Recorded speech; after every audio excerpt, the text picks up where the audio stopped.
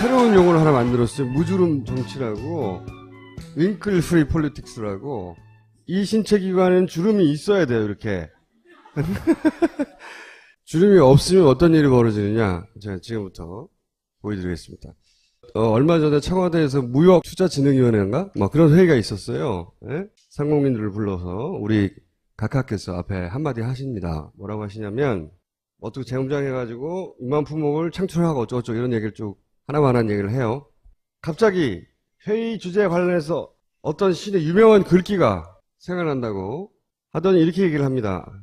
네, 그 글귀를 아시는 분도 많이 계시겠지만, 만약에 당신이 더 좋은 책을 쓰고 더 좋은 설교를 하고 더 좋은 지도를 만든다면 당신이 외딴 숲속 한가운데 집을 짓고 산다고 하더라도 세상 사람들은 당신의 집 문 앞까지 반들반들하게 길을 다져놓을 것이다. 그리고 나서 지도는 지금으로 말하면 제품인데 그러면서 이제 사례를 듭니다. 이 사례를 들려고 한 거예요. 미국의 울워스라는 지도 회사가 좋은 지도를 만들었대요. 플라스틱으로 만들어가지고 위생적인 플라스틱을 만들어서 발전을 시켰다는 거죠. 그리고 나서 이런 정신을 우리가 생각하게 하는 바가 많다고 봅니다. 뭐가 시사하는 바가 많다는 거죠, 여기서? 지도스를 플라스틱으로 만들어야 된다는 건지, 아니면은 지도스를 플라스틱으로 만들면 사람들이 집 앞까지 길을 닦아준다는 건지, 이걸 이제 동영상을 한번 보세요, 내용이. 만약에 당신이 더 좋은 책을 쓰고 더 좋은 설교를 하고 더 좋은 쥐덫을 만든다면 당신이 외딴 숲속 한가운데 집을 짓고 산다 하더라도 세상 사람들은 당신의 집 문 앞까지 반들반들하게 길을 다져 놓을 것이다. 여기서 쥐덫은 지금으로 말하면 제품이라고 할 수가 있겠죠. 근데 이 미국의 올워스라는 그 쥐덫 회사가 있는데 여기서 만든 쥐덫은 한번 여기에 걸린 쥐는 절대로 놓치지 않고 이렇게 잡을 수가 있었고, 또 거기에만 그친 것이 아니라 예쁜 그 모양의 위생적 플라스틱 쥐덫으로 만들어서 발전을 시켰다는 거죠. 이런 정신은 우리가 생각하게 하는 바가 많다고 봅니다. 여기서 무엇을 시사하는 거야 도대체? 제가 이제 무슨 생각이냐면, 이것은 내용도 어색하고 번역도 어색하고 10중 8구 어디서 베꼈다 이렇게 생각을 했어요. 찾아봤어. 찾았다! 요 책에 제4장 챕터에 보면 더 좋은 쥐덫의 법칙이라는 게 나와요. 거기에 맨 밑에 보면, 문장에 보면 그대로 문장이 나옵니다. 돈을 쓰고 더 소득을 하고 가운데 있다면 반들반들 길을 다져 놓을 것이다. 이게 이제 외국 서적을 번역한 거예요, 보니까. 그리고 그 번역한 책을 고스란히 베낀 거예요, 그 문장을. 베껴가지고 이제 읽은 건데, 근데 이제 원문이 궁금해졌잖아요, 제가 또. 그래서 도대체 무슨 문장을 이렇게 만들어 놨을까. 원문을 찾아봤더니 에머슨이라고 하는 미국 19세기 철학자입니다. 이 시문구가 아니에요, 찾아보니까. 시문구가 아니고 어떤 에세이집에 무슨 내용이냐면 평판이 중요하다 이런 내용이에요. 평판이. 일반인으로서 평판이 중요한데 네가 남들보다 더 좋은 옥수수를 뭐 만들거나 뭐 아니면 더 좋은 목재를 생산하거나 아니면 무슨 더 좋은 칼을 만들고, 왜냐면 간의 숭어업 시절이니까 숭어업 때. 그러면은 사람들이 네가 외진데 살아도 문전성시를 이룰 것이다. 그런 거예요. 그러면서 그래서 평판이라는 게 참 중요한 거다. 이런 내용이 들어있는 에세이에 들어있는 문장을 누군가가 잘못 인용한 걸 번역을 했는데도 잘못 번역을 했어요. 저기에 쥐덫은 어디 있어요? 없어요, 쥐덫이. 이게 이제 나중에 후세에 이 에머슨을 흠모했던 누군가가 에머슨이 이런 말을 했다고 이제 다른 책을 쓰면서 쥐덫이 사례가 등장한다. 에머슨이 그런 말을 한 적이 있다고. 하지만 시의 문구도 아니고 에머슨이 그런 책을, 그 문구를 쓴 적도 없어요.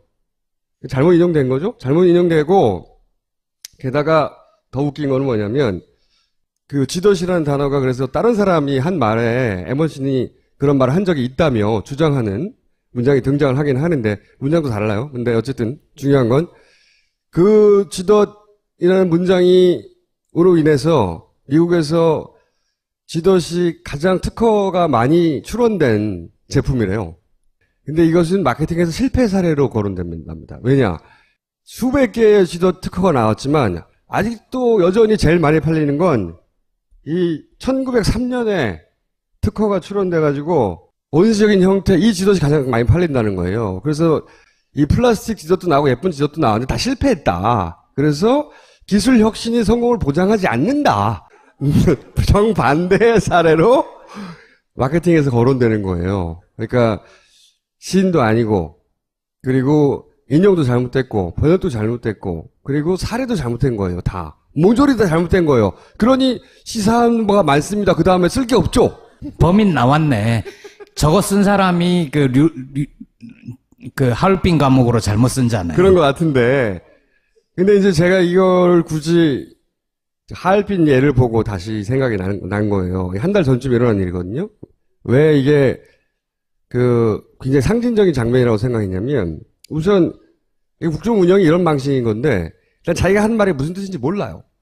자기가 무슨 말을 하는지도 모르고 남이 써준 걸 읽는데 그게 자기 생각인 양 해요. 그러니까 실제 무슨 내용인지 모르고 말을 하니까 그게 무슨 영향과 무슨 결과를 불러올지도 몰라요. 기본적으로. 그런데 그게 대통령의 결단으로 둔갑을 하는 겁니다. 그게 우리나라가 지금 국정이 운영되는 방식인 거예요. 대통령이 없다는 거예요. 기본적으로. 누가 국정 운영을 하고 있는지 모르겠어요. 정치는 말이잖아요. 말은 메시지고 메시지가 국정 운영의 기본이 되는 건데 그걸 모르고 있기만 하면 그러다 보니까 이런 소리를 듣는 겁니다. 이게 뭐냐면 굉장히 인상적인 장면인데 광복절 3일 전에 독립유공자를 청와대로 이제 초청을 해가지고 기념식을 한 거예요. 유공자와 그 가족들. 이분은 독립운동을 실제 하셨던 분이에요. 하셨던 분이고 김영관 선생님인데 대통령이 불러가지고 이제 광복절 기념으로 얘기를 하니까 본인이 할 말이 있다고. 이거 한번 보세요. JTBC에서 촬영해 놓은 게 있더라고요. 끝으로 거론되고 있는 말씀드리고 싶은 것은 근래 거론되고 있는 건국절 논란 문제입니다. 대한민국이 1948년 8월 15일 출범했다고 이날을 건국절로 하자는 일부의 주장입니다. 이는 역사를 외면한 처사뿐만 아니라 헌법에 위배되고 실증적 사실과도 부합되지 않고 역사 왜곡이고 역사의 단절을 초래할 뿐이라고 생각합니다. 대한민국은 1919년 4월 11일 중국 상하이에서 탄생했음은 역사적으로 엄연한 사실입니다. 왜 우리 스스로가 역사를 왜곡하면서까지 독립투쟁을 과소평가하고 국난시 나라를 되찾고자 투쟁한 임시정부의 역사적 의의를 외면하는지 이해할 수 없습니다. 역사를 잊은 민족은 미래가 없다고 그랬습니다. 우리의 쓰라리고 아팠던 지난 역사에서 교훈을 얻어 오늘과 내일에 대비하고자 하는 마음으로 감히 여러분들께 말씀드렸습니다. 나라 안팎의 어려운 문제가로 바쁘신 대통령께 여러분들에게 이런 말씀드리는 것은 송구스럽습니다마는 대통령께서 바쁘시더라도 신밀해서 조금이라도 관심을 좀 도시시험 하는 충정으로 감히 말씀드렸습니다. 죄송합니다. 감사합니다. 말씀도 굉장히 정정하게 꼿꼿하게 하시더라고요. 그렇죠. 대본 없이 이게 지성인 거죠. 응? 아, 그 얘기하고 싶었던 거예요? 읽은 게 아니라 생각해서 하는 얘기였다. 대본 없이 이 자리가 어떤 자리냐면 보시면 바로 앞에서 얘기하는 거예요. 이렇게 이 자리에서 대놓고 이런 얘기를 한 거죠. 아무도 청와대에서 직접 대놓고 이런 얘기를 못 하는데 여기에 뭐라고 답을 했냐 우리 박근혜 대통령께서. 사드 배치에 대해 온갖 유언 비어가 난무하고 일부에서는 오히려 혼란을 부추기기도 합니다. 그러니까 아주 형식적으로라도 누구한테 어떤 얘기를 들었으면 좋은 말씀 잘 들었습니다. 답을 내야 될 거 아니에요. 검토해 보겠습니다. 이렇게 얘기를 하는 거죠. 아니면 해명을 하든가 철학에 맞지 않다면. 그리고 바로 그 3일 후에 또다시 건국 67을 맞은 역사적 날이라고 광복절 축사를 해요. 저 사진은 일부러 저렇게 끄는 거예요? 하다 보니 이렇게 됐어요.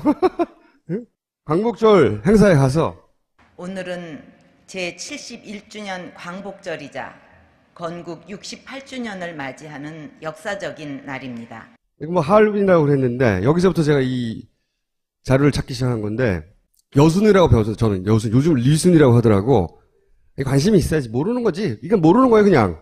누가 잘못 써도 이거 아니라고 고쳐야 될 거 아니에요. 모르니까 뭐. 근데 하얼빈 그거는 굉장히 심각한 거예요. 왜냐하면 심각한 거죠. 광복절 경축사는 다른 날도 아니고. 대단히 중요한 거고 원고를 일찍부터 준비해서 여러 번 읽고 검토하고 고치고 그러거든요. 근데 거기 그 라인 있는 사람이 아무도 모르는 아무도 거예요. 몰랐던 거잖아요. 그리고 그 뒤에 그 원고를 썼던 사람 문책했다는 얘기도 없어요. 지들이 무식한 거 탄로나니까. 어? 관심이 없는 거죠, 이쪽은. 왜 자기가 이 날을 건국절로 말하고 있는지 설득을 해야 될 거 아니에요, 만약에. 자기 생각이 맞다면. 전 국민을 향해서 이렇게 말하고 있는데. 근데 눈앞에 대고 건국절은 잘못됐다, 다시 생각해봐라 라고 말을 하면 뭘 대답할 말이 없는 거예요, 자기가. 말이 있을 수가 없죠. 왜 말이 있을 수가 없냐? 사실은 그때 자기 아빠는 이런 독립군을 때려잡는 광복 만주에서 일제 장교였거든요. 김구 선생 독립운동할 때 니네 아빠는 뭐 했어? 이런 얘기가 자동으로 머리에 떠오르는 세력이 지금 현재 집권 세력인 겁니다. 그러니까 정상적인 국가라면 원래 자기들 역사를 더 늘리려고 그러잖아. 과장해서라도. 그렇잖아요? 임시정부의 적통이 있으면 거기까지 늘리려고 그래. 당연히. 근데 우리는 헌법에도 그렇게 되는데 이걸 줄이려고 그래, 계속. 48년부터라고. 뭐 제1호. 이게 이제 움직일 수 없는 진실인데요. 박근혜 대통령이 건국 68주년 운운했나요? 이것은 종북 주장이다. 제가 결론부터 말씀드립니다. 이게 이제 이승만 초대 대통령 정부 수립한 이후 1948년 9월 1일 날 첫 번째 관보입니다. 대한민국 정부에서 낸 공식적인 관보 1호에 여기 보시죠. 대한민국 30년이라고 되어 있어요. 1919년에 상해에 건립된 대한민국 임시정부가 대한민국 1년인 거예요. 그리고 48년도에 30년이라고 인정을 한 거거든요. 그러니까 본인들이 아버지라고 추앙하는 이승만 대통령 본인도 이게 30년째라고. 그렇습니다. 예. 이미 임시정부, 왜냐면 임시정부가 있었으니까요. 네. 이게 뭐냐면 네이버 그 사전에 나오는 거예요. 두산백과에 보면 이게 북한에 대한 거거든요. 밑에 보세요. 건국일 1948년 9월 9일이라고 돼 있잖아요. 북한 건국. 예. 북한. 그러니까 북한이 주장하는 거를 그대로 따라한 거예요, 지금. 박근혜 대통령이. 그래서 저는 종북이냐라고 묻는 거예요. 왜 북한과 똑같이 건국절을 48년으로 하려고 하느냐. 이런 거죠. 이게 네이버에 치면 나와요. 북한 건국일 딱 치면 나옵니다. 이건 뭡니까? 자, 요거는 이제 좀 설명이 필요합니다. 백범 김구 선생이 임시정부 활동을 마치고 해방 이후에 이제 귀국하잖아요. 근데 임시정부에 여기 보면 김승학이라는 정치부장을 했던 분이 있어요. 그래서 김구 선생의 지시로 이러이러한 사람들은 극악한 친일을 했기 때문에 죽여야 된다 하고 백범 김구 선생이 살생부를 작성합니다. 263명입니다. 여기 보면 조선일보 방응모도 들어있고 동아일보 김성수도 들어있어요. 너무나 친일을 많이 했기 때문에. 그래서 이걸 갖고 들어오는데 이게 묻혀있다가 조선일보, 동아일보는 여기 들어있잖아요. 이걸 입수해도 취재를 해도 이걸 뭐 제작을 못하죠. 보도를 못하는 보도를 거죠. 못하는 거죠. 월간 중앙에서 월간 중앙에서 2000년 8월 특종 발굴로 보도한 겁니다.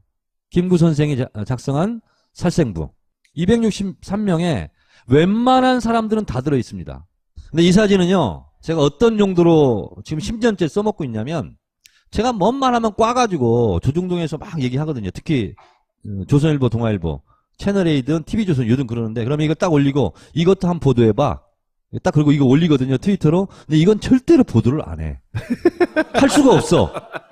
우리나라에서 제일 큰 신문들이랑 지금 현재 대통령과 그 세력들이랑 이런 사람들이 기본적으로 이 독립운동을 했던 92세 그분을 불러다가 그런 얘기를 들을 자격조차 없는 사람들인 거예요, 실제로는. 근데 제일 힘이 센 거야. 모든 권력을 다 쥐고 있어, 걔들이. 해방 이후로도 계속해서. 그리고 결국 독립운동 했던 그분 앞에 나와가지고 말이 안 되지 않냐고 항의하고. 근데 보도가 안 돼. 골 때리는 거지, 이게. 비정상도 이런 비정상이 없는 거예요, 진짜. 왜 그러면 1948년을 건국일로 하려고 하느냐, 건국절로. 실제로 19대 국회 안행위에요. 48년을 건국절로 하자는 법안을 새누리당이 제출한 게 있습니다. 했었죠. 그래서 그거를 제가 이거는 말도 안 되는 거니까 논의하지 않는다 하고 논의조차 안 했거든요. 1910년부터 45년 8월 14일까지 친일을 한 사람도 있고 항일을 한 사람도 있는 겁니다. 근데 이걸 다 지워야 되는 거죠. 그리고 친일파들이 대거 건국 세력에 동참을 하는데 친일의 역사를 지우고 건국 공신이다. 과거를 털자. 그리고 48년도부터 이 사람들이 대한민국을 건국한 공신들이다. 이렇게 공신으로 책봉하고 싶은 거예요. 그러면 친일의 역사가 없어지는 거죠. 친일이 없어지고 항일도 없어지고 본인들의 그러면 껄쩍지근한 역사도 없어지고. 네, 이 문제는 너무나 명확하거든요. 헌법 전문만 봐도 드러나는 거고 지금 말씀하신 것도 역사적 사료도 그러하고. 이승만 초대 대통령까지도 그렇게 본인도. 얘기를 이건 했고. 제가 그 관용적인 암기로 제가 외우고 있죠.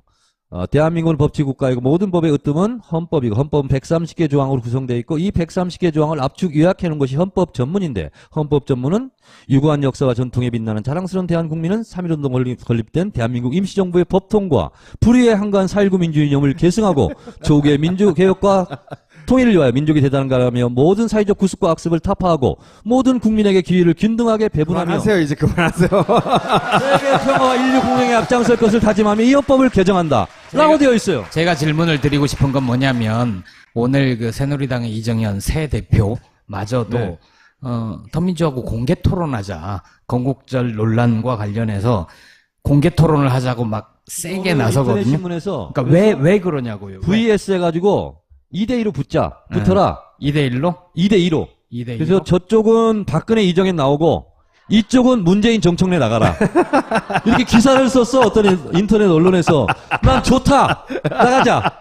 논란의 여지가 없는 걸 논란이라고 표현하는 거예요, 지금. 대통령 취임 순서가 나는 헌법을 준수하고 국가를 보위하며 이렇게 돼 있잖아요. 헌법을 준수해야지. 헌법 조항도 아니고 헌법 전문의 첫 번째 정신이 임시정부의 법통이야. 이걸 부정하는 거야. 대한민국 대통령이 헌법을 부정하는 반헌법적 발언을 하면 되겠습니까? 안 됩니다. 이 문제 가지고 너무나 명확한 문제니까 이건 됐고 하고 넘어가는 게 맞다고 봐요. 근데 여기서는 법원을 만들고 대통령이 주장을 하고 자기가 발언을 하고 계속 그리고 그거를 실제 바꿀 힘이 있어요. 그러니까 차기 다음 내년에 대선까지 노리면서 자꾸 이념 대결을 만들어내면 좌우 뭐 이런 식으로 이념 싸움으로 만들어내면 박근혜 실정에 대한 평가 부분은 좀 지워지는 거죠. 하여튼 제 이 사진 몇 장으로 이 건국절 논란은 끝난 거야. 이 분야에서는 내가 최고 전문가가 됐어. 움직일 수 없는 증거를 내가 대잖아. 뭐 말을 해봐 이제 앞으로도. 쓴 사람이 그 하얼빈 감옥으로 잘못 쓴잖아요. 그런 것 같은데. 근데 이제 제가 이걸 굳이 하얼빈 예를 보고 다시 생각이 난 거예요. 한 달 전쯤 일어난 일이거든요. 왜 이게 굉장히 상징적인 장면이라고 생각했냐면 우선 국정 운영이 이런 방식인 건데 일단 자기가 한 말이 무슨 뜻인지 몰라요. 자기가 무슨 말을 하는지도 모르고 남이 써준 걸 읽는데 그게 자기 생각인 양 해요. 그러니까 실제 무슨 내용인지 모르고 말을 하니까 그게 무슨 영향과 무슨 결과를 불러올지도 몰라요. 기본적으로. 그런데 그게 대통령의 결단으로 둔갑을 하는 겁니다. 그게 우리나라가 지금 국정이 운영되는 방식인 거예요. 대통령이 없다는 거예요. 기본적으로. 누가 국정 운영을 하고 있는지 모르겠어요. 정치는 말이잖아요. 말은 메시지고 메시지가 국정 운영의 기본이 되는 건데 그걸 모르고 있기만 하면 그러다 보니까 이런 소리를 듣는 겁니다. 이게 뭐냐면 굉장히 인상적인 장면인데 광복절 3일 전에 독립유공자를 청와대로 이제 초청을 해가지고 기념식을 한 거예요. 유공자와 그 가족들. 이분은 독립운동을 실제 하셨던 분이에요. 하셨던 분이고 김영관 선생님인데 누군가가 에머슨이 이런 말을 했다고 이제 다른 책을 쓰면서 쥐더시 사례가 등장한다. 에머슨이 그런 말을 한 적이 있다고. 하지만 시의 문구도 아니고 에머슨이 그런 책을 문구를 쓴 적도 없어요. 잘못 인용된 거죠. 잘못 인용되고 게다가 더 웃긴 거는 뭐냐면 그 지도시라는 단어가 그래서 다른 사람이 한 말에 에머슨이 그런 말을 한 적이 있다며 주장하는 문장이 등장을 하긴 하는데 문장도 달라요. 근데 어쨌든 중요한 건 그 지도이라는 문장으로 인해서 미국에서 지도시 가장 특허가 많이 출원된 제품이래요. 근데 이것은 마케팅에서 실패 사례로 거론됩니다. 왜냐? 수백 개의 지도 특허가 나왔지만 아직도 여전히 제일 많이 팔리는 건 이 1903년에 특허가 출원돼가지고 원시적인 형태 이 지도시 가장 많이 팔린다는 거예요. 그래서 이 플라스틱 지도도 나오고 예쁜 지도도 나왔는데 다 실패했다. 그래서 기술 혁신이 성공을 보장하지 않는다. 정반대의 사례로 마케팅에서 거론되는 거예요. 그러니까 시인도 아니고 그리고 인용도 잘못됐고 번역도 잘못됐고 그리고 사례도 잘못된 거예요. 다. 모조리 다 잘못된 거예요. 그러니 시사한 바가 많습니다. 그 다음에 쓸 게 없죠. 범인 나왔네. 저거 그것까지 길을 닦아준다는 건지. 이걸 이제 동영상으로 한번 보세요. 내용이. 만약에 당신이 더 좋은 책을 쓰고 더 좋은 설교를 하고 더 좋은 쥐덫을 만든다면 당신이 외딴 숲속 한가운데 집을 짓고 산다 하더라도 세상 사람들은 당신의 집 문 앞까지 반들반들하게 길을 다져 놓을 것이다. 여기서 쥐덫은 지금으로 말하면 제품이라고 할 수가 있겠죠. 근데 이 미국의 올워스라는 그 쥐덫 회사가 있는데 여기서 만든 쥐덫은 한번 여기에 걸린 쥐는 절대로 놓치지 않고 이렇게 잡을 수가 있었고 또 거기에만 그친 것이 아니라 예쁜 그 모양의 위생적 플라스틱 쥐덫으로 만들어서 발전을 시켰다는 거죠. 이런 정신은 우리가 생각하게 하는 바가 많다고 봅니다. 여기서 무엇을 시사하는 거야 도대체? 제가 이제 무슨 생각이냐면 이것은 내용도 어색하고 번역도 어색하고 10중 8구 어디서 베꼈다 이렇게 생각을 했어요. 찾아봤어. 찾았다! 요 책에 제4장 챕터에 보면 더 좋은 쥐덫의 법칙이라는 게 나와요. 거기에 맨 밑에 보면, 요 문장에 보면 그대로 문장이 나옵니다. 돈을 쓰고 더 소송을 하고 가운데 있다면 반들반들 길을 닫아 놓을 것이다. 이게 이제 외국 서적을 번역한 거예요, 보니까. 그리고 그 번역한 책을 고스란히 베낀 거예요, 그 문장을. 베껴가지고 이제 읽은 건데, 근데 이제 원문이 궁금해졌잖아요, 제가 또. 그래서 도대체 무슨 문장을 이렇게 만들어 놨을까?